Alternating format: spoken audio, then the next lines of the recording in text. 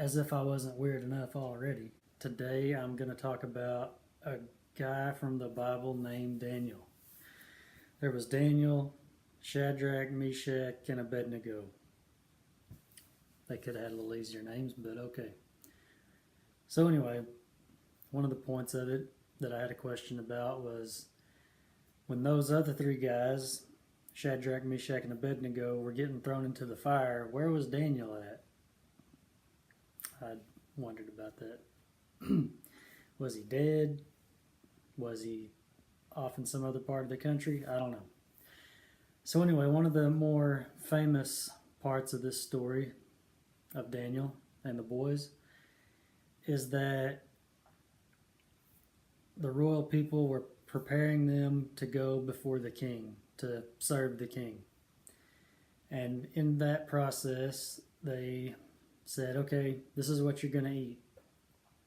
And Daniel said, don't give us this stuff, give us beans. Anyway, some kind of vegetable or whatever that they requested, some kind of bean anyway.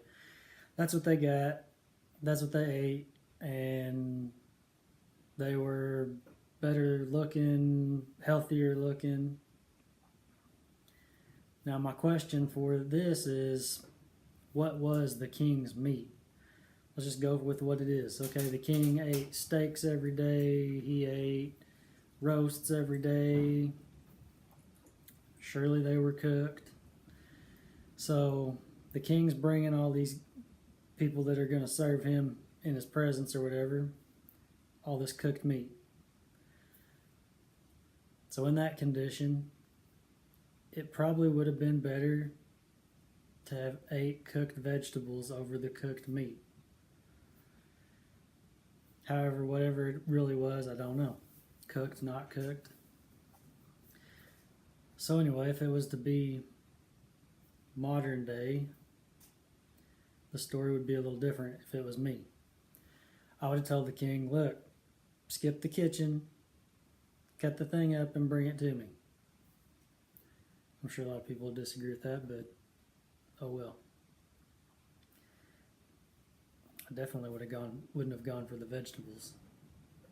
But for the story, it worked for the story, and it worked for the people who need to hear that story that way, for a purpose.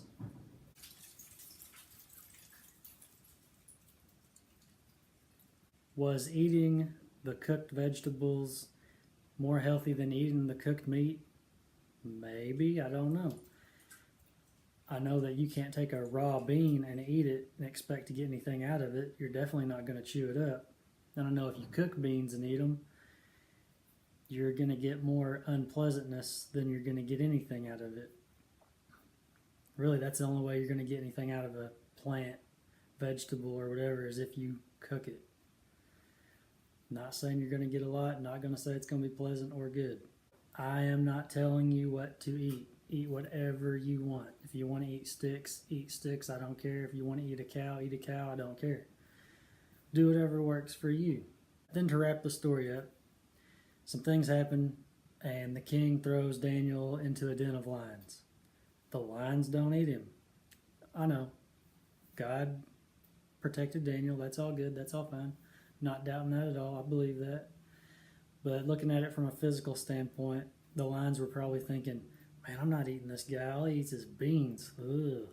He's probably a very disgusting meat to eat, this human that just eats beans. I don't know if Daniel just ate that diet forever in his life, but just looking at it from that standpoint of, from a lion's standpoint of what he would think would be good or not, he would probably not think Daniel was so desirable. But like I said, God did it. God protected Daniel. God shut the lion's mouth. But at the same time, you can throw a Y in there. I'm not saying it would stop a lion today. He's probably going to eat you if he can eat you. But if you weren't very good, taste-wise, he probably wouldn't want to eat you. And no, I'm not trying to change the Bible or change any of the stories.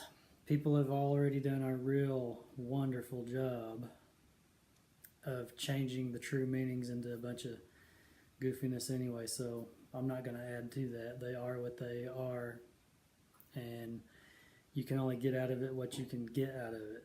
Well, that's just some of my thoughts on the story of Daniel. Thanks for watching.